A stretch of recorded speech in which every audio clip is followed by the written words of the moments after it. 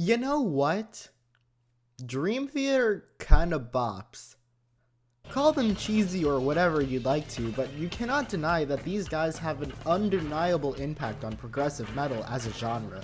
From John Petrucci's flashy riffs to Jordan Rudess's insane keyboards, every band member are easily some of the best musicians in their field respectively. Well, except for James McRae. That's what we call a joke. I think he's a good singer. Anyway, since the release of their brand new album just kind of dropped recently, I thought it would be kind of fitting to rank their albums from worst to best.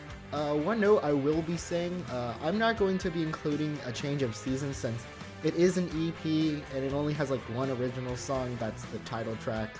And like I've said before, this is all my opinion. Unlike Weezer, I don't think this band has like a really, really bad album. I just think some of their worst material is kind of boring. And speaking of boring,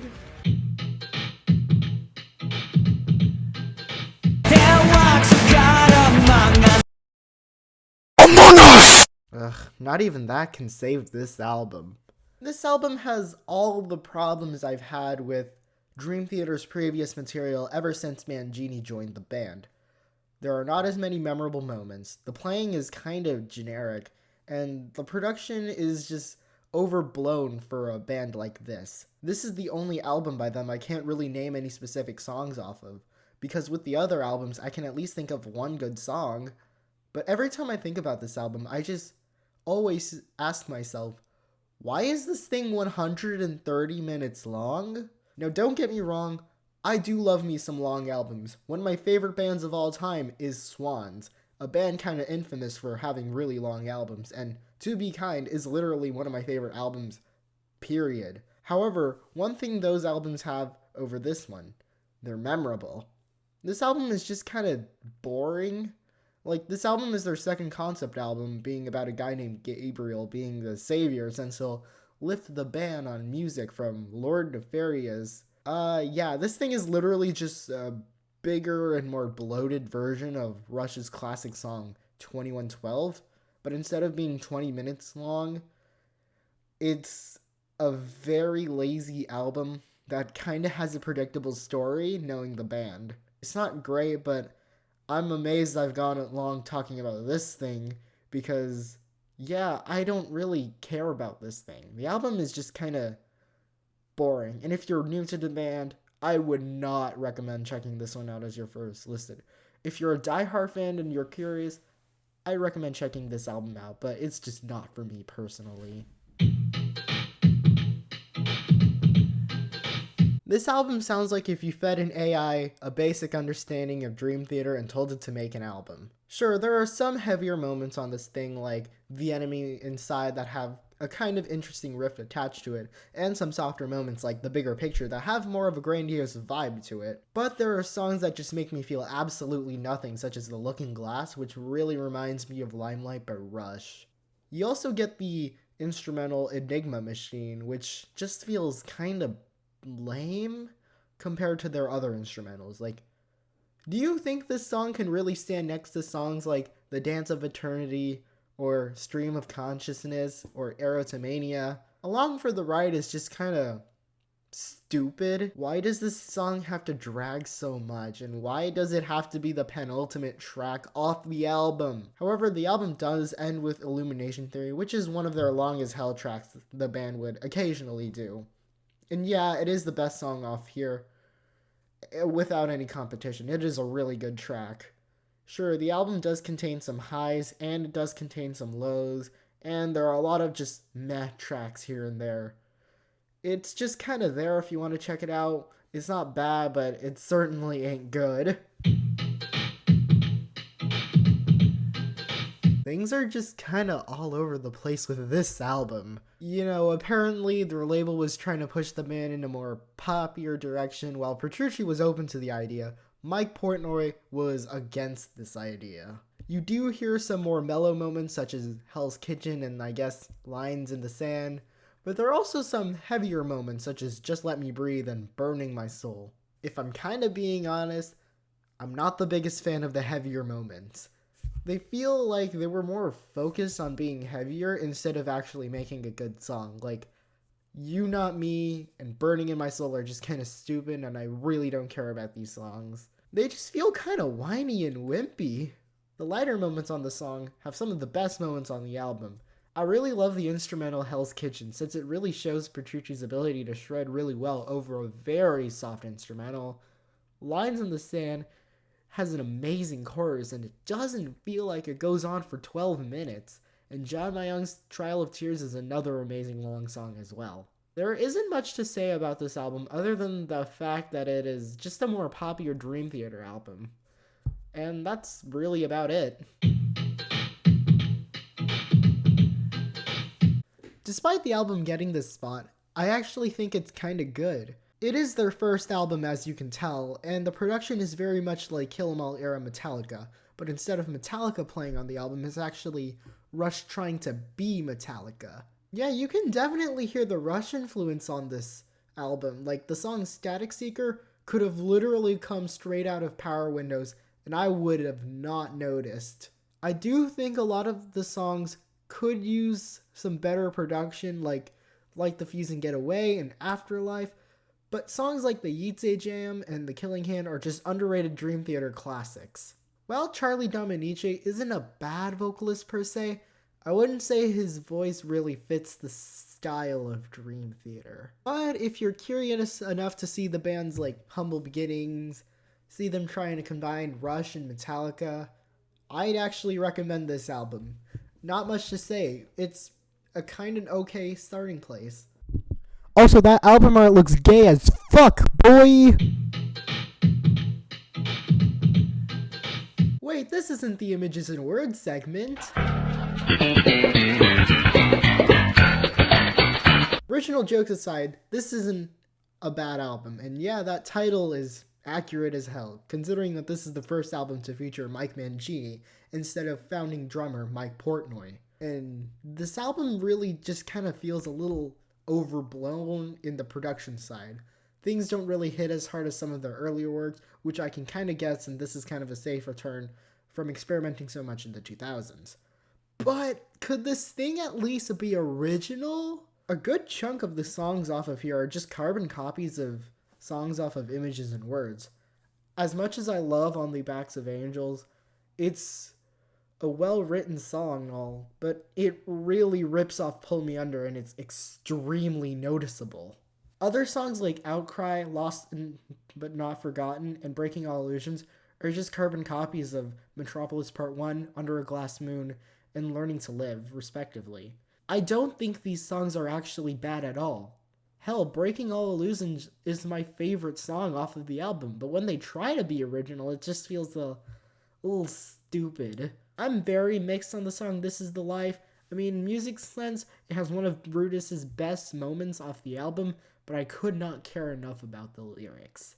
In fact, everyone except Rudis feels like they're on autopilot for the following two albums. It's not bad because it does have some good moments, but I would recommend it if you want Images and Words with a much more cleaner production. Now we can actually get to the albums I fully like the whole way through. Yay! Yeah, I'd say their newest album is actually quite good. I was mixed and still am mixed on the single The Alien, considering it just feels like previous ideas from previous albums the band had. It just doesn't quite sit with me as well as some others. It does feel a little wonky in places, and it's just not my cup of tea. It's not a bad song, I just think everything else on the album is infinitely better. Invisible Monster is becoming one of my favorite Dream Theater songs. I absolutely love the lyrics and Petrucci's riff on the song. And probably the best thing about the album is the lyrics. The spiritual energy this album gives makes for a very interesting listen. It makes songs like Transcending Time and Sleeping Giant so much cooler and much more larger than life, if you will.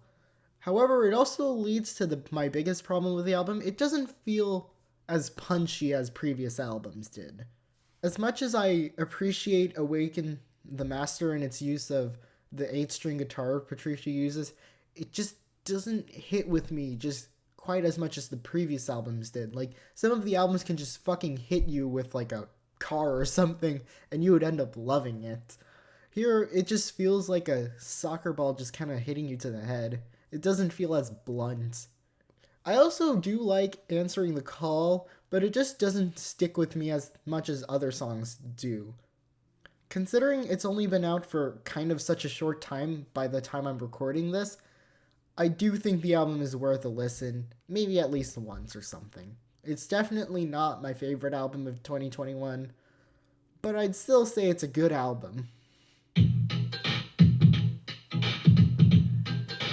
Now we're getting into that classic Dream Theater shit. This album introduces 7-string guitars, more introspective songwriting, and the first Dream Theater to be over an hour long. Honestly, I'd even go as far as to say this just reminds me of Images and Words, but heavier.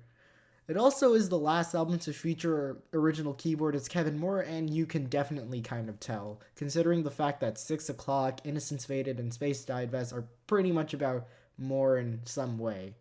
Whether it being about his deteriorating relationship with the band, or just him being a giant simp. The latter one is probably my favorite song off the album. There's also A Mind Behind Itself, which is kind of a cool suite, because I really love the instrumentation of Erotomania, although I'm not really the biggest fan of Voices, as I think it kind of just drags in places. Oh well, at least I think The Silent Man is a good enough conclusion to the whole suite in general. The other songs are also quite good on this thing. I love the production on 6 O'Clock. It just, everything on this instrument just makes the song just pop in a way. The 1-2 punch of The Mirror and Lie are just heavy as hell, and it really shows that the band can really just slightly tweak their sound while still remaining that classic Dream Theater style.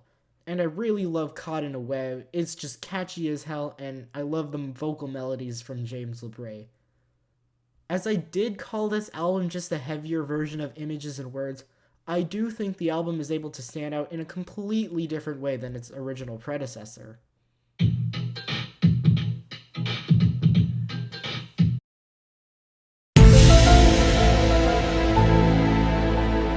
This album is a pretty good summary of this particular era of the band, from the complex arrangements from A Nightmare to Remember, and with great ballads such as Wither and The Best of Times. Considering that this was the last album to feature founding member Mike Portnoy, I actually think this is a really good place he could have ended things with.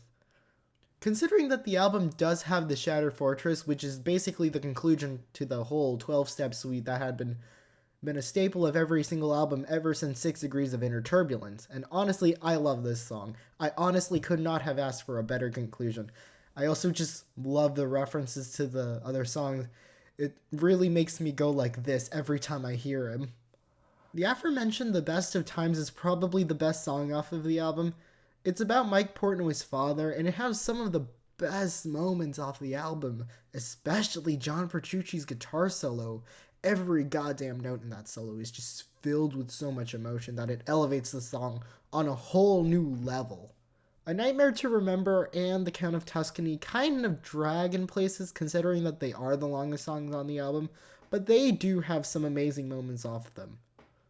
Although I think that Mike Portnoy should never ever growl again, and just for the rest of time. Wither is an amazing ballad, and Rite of Passage is one of the funnest songs on the album. And considering this thing is great, it may not be the most prestige album in their catalog, it's still a fun album overall. After a string of albums that even Weezer could rival on mediocrity, that may sound harsh, but it's mediocre by Dream Theater standards, but Dream Theater would pull another Weezer move and release their Everything Will Be Alright in the end with Distance Over Time. Anyway, this thing is something the band really needed. It's more focused, the production is so much better, and it's their first album since Images and Words that's under an hour long. I mean, with the opening of Untethered Angel, you can definitely tell that the band is more focused on making more concise while doing that classic Dream Theater sound as John Petrucci plays a million notes per measure. I absolutely adore the closer Pale Blue Dot. It just feels something that would come out of the 2000s with the instrumental bridge, and it's amazing, trust me. While the riffs on Falling Into the Light kinda sound like something off of every Ford commercial, I think overall it's still a good song. The intro based on SN2 is absolutely amazing, and then it just turns into one of my favorite Dream Theater songs of all time. Not much to say about this album other than it's a great return to form after the band kind of fucked around for almost a decade figuring out what to do. I just realized that this was number 6 on the list. What a coincidence. How do you follow up an album like Scenes from a Memory? Well, you make a bigger and more grand album with only 6 tracks. Yes, 6 tracks. I absolutely love the opening track, The Glass Prison, the first song off of Mike Portnoy's 12-Step Suite. From John Myung's opening bass harmonic notes to that monstrous riff from Petrucci that leads into the song's greatness. It's 13 minutes of an absolute rager. Everyone just gives their best performances in their entire career, and it's such a great song.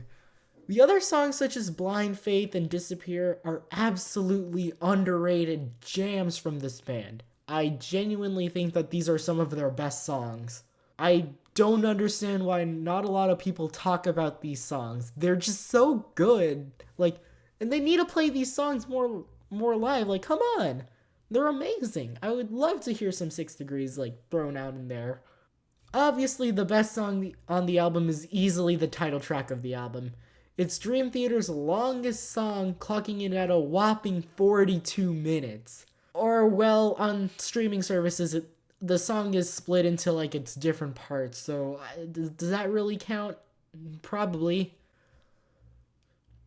The song takes us through several people with different medical conditions. From someone suffering from schizoid paranoia from Solitary Shell to a woman suffering from bipolar disorder and about to crash. What I love about this song is that it makes you feel connected to these people that they're describing as they're just struggling with their average life. It's really heartbreaking, but you just want to wish the best of them, but there's also just some glimmer of hope throughout the entire song as well. If Scenes from a Memory helped the momentum of the band in their classic period, then 6 Degrees pretty much catapulted the band into my favorite era of the band, as well as many others from what I see.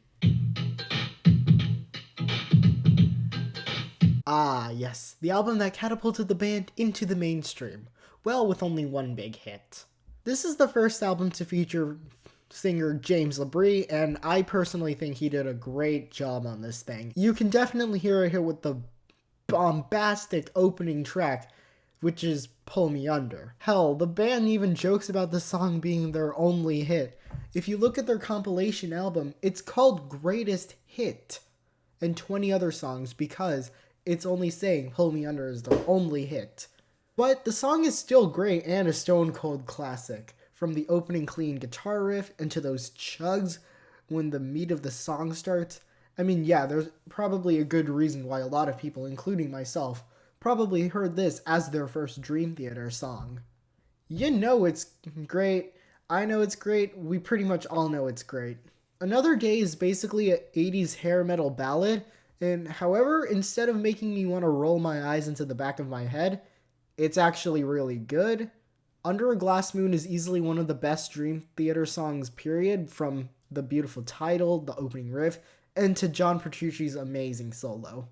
And obviously the best song for me is easily Metropolis Part 1. I adore everything about this song. It's even one of my favorite songs of all time. Everything about this song is just iconic as fuck. From the opening sleigh bells, James's singing, that instrumental bridge, that is easily the highlight of the entire album. From Kevin Moore's keys and to John Young's short yet very effective bass solo. I feel like if this was on the debut, it wouldn't be as great as it is on this album. If you want to get into Dream Theater at the most basic and core level, I would say start with this album. If the debut showed that the boys had potential, then this album is just them unleashing that potential to the world. This is definitely the most raw and heaviest sounding the band would ever do. After you hear that E chord from 6 Degrees fading and transitioning into those bass harmonics to that explosion of sound on As I Am, you know you're in for a different record. This Dying Soul is just brutal as all hell as it can be. It is just straight up some of the heaviest sounding stuff Dream Theater would do. Goes into it without any bullshit. Honor Thy Father is definitely the heaviest song the band would ever release. The song is just pure venom. It just takes no prisoners and will just hit you on the head and will split your head open with a big ass club. Honestly, the chorus on Endless Sacrifice is so catchy that it's probably still stuck in my head as I'm recording this video. The instrumental on this album is easily my favorite off the album, being Stream of Consciousness. The song just puts me in a trance every time I hear it. The solos, the opening clean guitar riff, the keyboards on the song are just fucking killer. This album really caught me off guard because of how dark and brutal it was. And I think that's why I really love this album. If you do not think that Dream Theater can be gritty and intense, I definitely think this album will tell you how wrong you are. God, this album's underrated. I don't understand some of the hate this album gets. I mean, some of the band's best songs are on this album. I think the song Forsaken is a little bit weird considering it's about a vampire and can borderline be on the cheesy side of things, especially with that music video. But I think the performances on the song are actually pretty good. I love that opening piano lick, and that chorus goes hard as well. Constant Motion is kind of the ADHD track in the Dream Theater discography, as it's pretty much always moving without stopping, and I absolutely love it. The Ministry of Lost Souls, which is an absolutely great song, is easily one of the best songs the band has ever written. There is so much to love about this song, as the music just builds and builds, as the lyrics entail a story about a man who sacrifices his life in order to save a woman. I mean, some of the best performances on this song are just John Petrucci's guitar solo. It's extremely emotional. However, my favorite song on the album is easily The Dark Eternal Night. It's just Forsaken, but a lot more of a gent style. The main riff is just so meaty that you just want to headbang to it. Also, that instrumental bridge is just absolutely the highlight of the album for me. It's weird and kind of a little bit disjointed, but it has this kind of 50s B-side horror movie vibe that the bridge kind of entails, except it's a lot heavier than and playful, I guess. If that isn't convincing enough for you to check out this album out, I don't know what will, honestly. This album's just killer from front to back. I'm gonna go as far as to say this album is its own Dark Side of the Moon, mainly on a conceptual level, obviously. Instead of being about the dangers of human lives that Dark Side of the Moon presented us with, this album's more structured around the idea of a musical octave, which each of the songs being one of the different notes on an octave.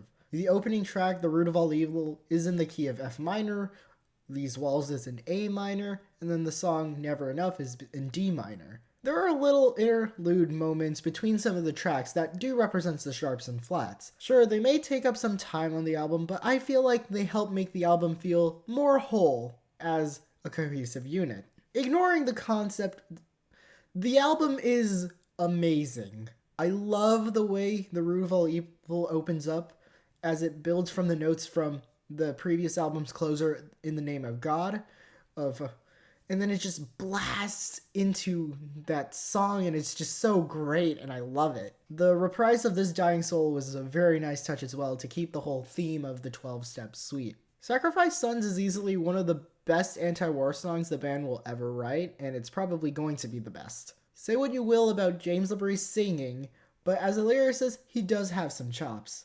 As someone who's had panic attacks before in the past, and, now, I wholeheartedly relate to the song Panic Attack. Everything from John Mayong's intense bass work to the manic solos from Rudess and Petrucci, it basically does encapsulate the feeling of a panic attack Hell, the only other song I can really think of that embodies the feeling of a panic attack is Green Day's song Panic Song off of their album Insomniac. Never Enough is basically the most bitter song off the album. The song is basically a fuck you to the fans who only want Dream Theater just to be playing the hits like Pull Me Under, instead of letting the band just try new things and letting them be themselves or whatever. Also, the Muse worship on this song is very welcome because I think Muse slaps. End of discussion. We cannot talk about this album without mentioning the song that is pretty much the magnum opus of this album and Dream Theater's entire discography, in my opinion, and that is the song Octavarium. This is easily my favorite song by the band, not just off the album, but just the entire band as a whole. I never knew that you could fit so many Easter eggs into one song until I listened to this whole masterpiece of a song. From the inspirations of Mike Portnoy to the Jingle Bells lick, all the way to the spoken word passage that references all the other songs off the album, with tiny bits of the song just playing very faintly in the background as the spoken word is happening. And man, the ending really just helped wrap up the album and the previous albums in a nice little package. I absolutely love every moment on this album, and I definitely think it's Dream Theater's most tight and compact album. Everything from the songs, the concept, and just the execution of it all is just perfect. So by now, I think you can figure out what number one is, and you probably already even guessed it, and it was probably correct since you clicked on the video. You know, if Octavarium was their Dark Side of the Moon, then this album is easily their version of The Wall. I absolutely love this album just a lot. The album is basically a loose continuation of Metropolis Part 1 off of Images and Words. And man, the concept is really creative for an album like this. The album is about a man named Nicholas who goes to his past life with regression therapy as he tries to learn more about it. It's a simple concept, but the music helps flesh out the album in such a beautiful way. I think another reason the album's music has been so much more awesome is that this is also the first album to feature what I would consider the Dream Team. John Petrucci on guitar, John Myung on bass, James LeBray on vocals, Mike Portnoy on drums, and the brand new keyboardist Jordan Rudess. The intro 1-2 punch of Regression and Overture 1928 is absolutely phenomenal. Regression is amazing. It's this intro acoustic piece that gets you into 1928. And the more I listen to the latter song, I always go like, oh my god, that's that one part I hear in the other songs. I mean, yeah, it is an overture, so it has to be like that. Strange Deja Vu is stupidly catchy.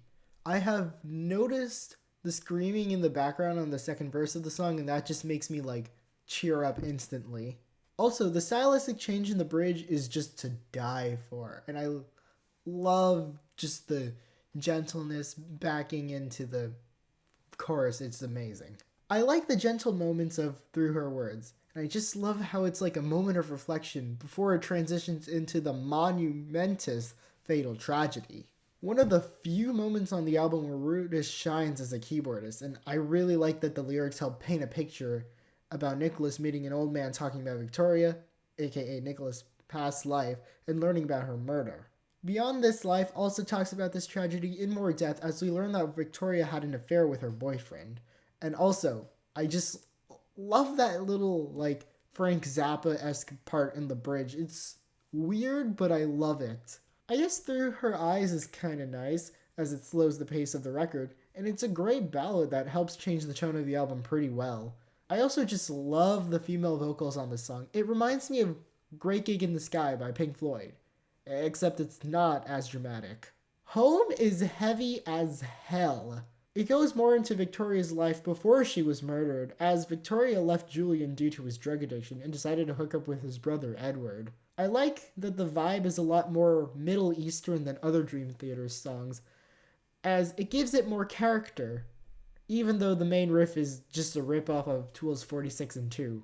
And I do kind of find it funny that Opeth would later use that riff idea for their song Bleak. The Dance of Eternity is just crazy. The song is just all these different ideas coming together into this giant clusterfuck of a song, and somehow it flows really well together. I mean, the fact that this song has 108 fucking time signatures and it still sounds amazing, that sounds impressive on paper. One Last Time is a great ballad, and I love Rudess's playing on the song. It just feels like pure bliss. Oh, and James LeBray's vocals on this song are just amazing. He just soars through those notes, and the callback from Strange Deja Vu is a really awesome touch. The Spirit Carries On is probably one of the most anthemic songs off the album, and I love the build-up to the song. The piano, the drums, the vocals just stay there for the first half of the song, and then it just hits you when you least expect it. Then John Petrucci's guitar solo is just absolutely emotional, and it's just too much. I can't really describe it into words, man. And to top it all off, there is a reprise of Regression, and it's really nice. Then we get the last song, Finally Free. And it ends on such a great note, trust me. From the acoustic arpeggios in the beginning, the pianos, the riff, and that plot twist, spoiler alert, it turns out that it was actually Edward who killed Victoria, since she and Julian were actually getting back together. It actually serves as a nice farewell for Victoria and Nicholas, as he now finds peace within himself. I also love the epilogue scene as we follow Nicholas go home and the therapist, what I presumed, kills Nicholas, since it is revealed that the therapist is actually Edward's reincarnation, and that the static transition you hear at the very end of the album would actually help segue into the next albums and create another beautiful chain of events. Overall, this album is fantastic if you want to get into prog metal. Such a creative concept with a creative execution. It is a must listen if you want to get into at least metal with more of a cheesy but sincere side. Well, that took forever to make. But yeah, that's my list. I'm kind of aware that Dream Theater's fanbase, and I guess a lot of progressive metal fan bases, can be a little pretentious at times. So I guess that's what it is. So at least respect my opinion. Anyway, please follow my album of the year and my Rate Your Music pages if you want to see more of my thoughts on these albums in depth. Anyway, I'll see you in the next video, I guess. Bye. Alright, all you sussy gamers. At the Funny House, we have to find the imposter among us. Big Chungus! Big Chungus! Big Chungus! Big Chungus! Big Chungus! Big Chungus!